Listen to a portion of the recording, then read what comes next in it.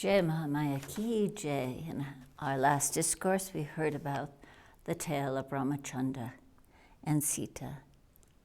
We'll continue on with chapter 29. Vedavyasa said, hearing these vicious words, Sita became very much confounded with fear and began to tremble. Somehow collecting herself, she began to say, O descendant of the family of Pulatsa, why are you prompted by lust, uttering these sinful words? I am born of the family of Janaka.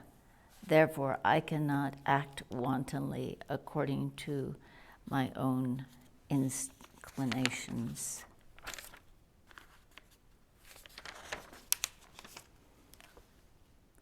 O 10-faced one, better you go to Lanka quickly, else Ramachandra will take away your life. You will no doubt incur death for my sake. Thus saying, Sita went towards the sacred fire which was placed in the house, with words saying, go away in her mouth. He who wickedness has caused all of Lanka and all the Lokas cry out, save, save. O perverted one of perverted intellect. Ravana then assumed his real form and went towards the hut and caught hold of Sita Devi who was crying, bewildered with fear. Sita cried, Rama, Rama, Lakshmana, and the sinful Ravana caught hold of her and quickly mounting her on his chariot, fast got away. On the way, Jatatu, the son of Aruna, met Ravana, and a terrible fight ensued between the two when the evil-minded Ravana, the king of the demons, killed Jatayu. Ravana carried Sita to Lanka.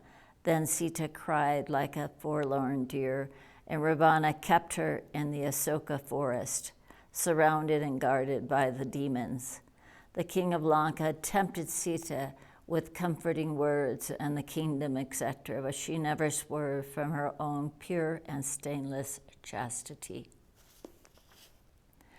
On the other hand, Ramachandra, after killing the deer and taking it, was coming back calmly when he saw Lakshman going to him and said, O Lakshmana, what a great blunder you have committed. Hearing the voice of that villain conjurer, how is it that you have left my dear Sita alone and come here, Lakshmana? Lakshmana said, O Lord, being pierced sharply by Sita Devi's words, coming like sharpened arrows, and being driven away by her under the guidance of the inevitable destiny, as it were, I have come here. There is no doubt in this. They then both hurriedly went back to the hut made of leaves, and there, not finding Sita, they were very much affected with sorrows and went in quest of Sita. Rama and Lakshman, in their search for Sita, came at last at the spot where Jatayu, the king of the birds, was lying partly dead on the surface of the earth, with his life ultimately on the point of parting from his body. Jatayu said, Ravana, the king of Lanka, carried away today Sita Devi. I resisted that villain, who then fought with me on the account and threw me down on this spot by weapons. Thus saying, the king of the birds died, whereupon Ramachandra performed the burning of his dead body as well as funeral ceremonies. Then both of them went out of that place. Then the Lord Ramachandra killed Kabanda and freed him from his curse, and through his advice he made friendship with Sugriva, the king of the monkeys, and was thus bound under a tie. Next, Rama killed the hero Bali as a duty and gave the excellent kingdom to his new friend Sugriva, according to his promise. Then he began to ceaselessly think of stealing away of Sita by Ravana, and passed away the 4 months of the rainy season there with his brother Lakshman. Rama, being very much shaken on account of the bereavement of Sita, began to address Lakshman thus: the desires of the daughter of the king of Janaka are now fulfilled. Of Kakaya are now fulfilled. Sita will no more be obtained without. I will not go back to Ayodhya. Without Sita, I won't be able to live any longer. Kingdom lost, dwelling in the forest happened. Father left his body. At last the dear wife is lost. The cruel hands of destinies are tormenting me now thus. What more it will inflict, how can I say now? O brother Lakshman, what is to happen is very hard to be known beforehand by men. I cannot say what is written on my fate after this, painful or otherwise.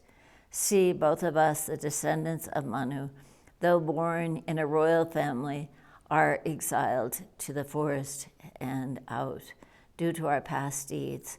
O Lakshmana, it is my fate too that you, abandoning the pleasures of the royal surroundings of the palace, have come out here with me, and you too are now suffering heaps of dire troubles with me. No one in our family suffered so much as we are suffering. Why we talk of our family? No human beings was even ever born or will ever take the birth that suffered or will suffer like me. So many troubles will be like me, incapacitated and penniless pauper. I am drowned in the ocean of pains and troubles. What am I to do now? I have no means to cross this ocean. I am quite helpless, no doubt. No money, no armies. O hero, you are my one and only companion, O brother. O when shall I be angry? O whom shall I be angry when I am suffering on account of my own deeds? Alas, the kingdom that could have been compared in prosperity to the Indra Sabha was almost obtained by me when, in an instant, I lost and am now in exile in the forest, Lakshman. Who can ascertain what is the womb of destiny? Oh, that soft-bodied Sita with her childlike nature came out within this forest, but the inexorable fate has now drowned her, that perfectly beautiful woman, into an ocean of sorrows difficult to be crossed. The fair daughter of Janaka is extremely devoted to me. She is pure and holy. How will she be able to suffer troubles in that house of the king of Lanka? O Lakshman, Sita Devi will never come under the control of Ravana. How can that excellent chaste woman act like an ordinary public woman? O Lakshman, rest assured that in case Ravana exercises out of his lordly position any violence on Sita, she would rather put an end to her life than come under his control. O Lakshman, and when Sita sacrifices her life, I will assuredly do the same. For what is use then in this body to me when that fair Sita has gone away with her life? While the lotus-eyed Ramachandra was thus weeping and expressing his regrets and sorrows, the religious Lakshmana consoled him with the following sweet, truthful words. O hero of heroes, kindly cast aside the weakness and have patience. I will soon kill that villain demon, Ravana, and get back to you your Sita Devi.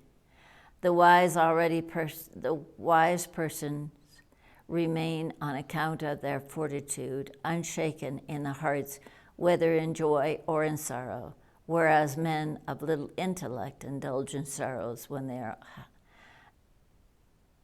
are unhappy. Coming in union and going out of disunion, both are under the hands of destiny. What then there is need for expressing sorrows for this body, which is not the soul? As we have been banished from our kingdoms into this forest, as there has happened this bereavement of Sita, so in proper time we will again get back Sita Devi. O darling of Janaki, there must come a time when sorrows will be converted into happiness and vice versa. Therefore, there will be nothing otherwise, so avoid the sorrow now and have firmness. There are multitudes of monkeys who are helping hands. They will go to all four quarters and bring back to us the news of the daughter of Janaka. There is no doubt in this. O Lord, knowing the way to Lanka, we will go there and kill by our powers the villainous Ravana and bring back Sita Devi. Or we will call Bharata and Satrugriya and with all the armies, and we will unite and will kill our enemies. Why then are you expressing sorrows in vain? O Lord, our ancestors Raghu, the hero of heroes, the monarch, won his victories over the 10 quarters, and you belong to that family and are plunged into grief. Alone I can defeat all the devas and the demons, and if I get help, if there is any doubt, then in my killing that Ravana, the disgrace of the family of the demons. O powerful one, we may call out to the king and root out the wicked source of the enemies of the devas. O descendants of Raghu, like the rim of a wheel, happiness and pain come alternately. It is not that happiness or pain comes and remains forever. He whose mind is very much overwhelmed with pain or happiness is the man who is always plunged in an ocean of misery, and he can never expect to become happy. See, in days of yore, Indra once got addicted into vicious habits. The Devas united and put in place of Indra the king Nahusa. Then Indra, terrified, relinquished his post and passed very many years into an unknown and unnoticed state within the lotus.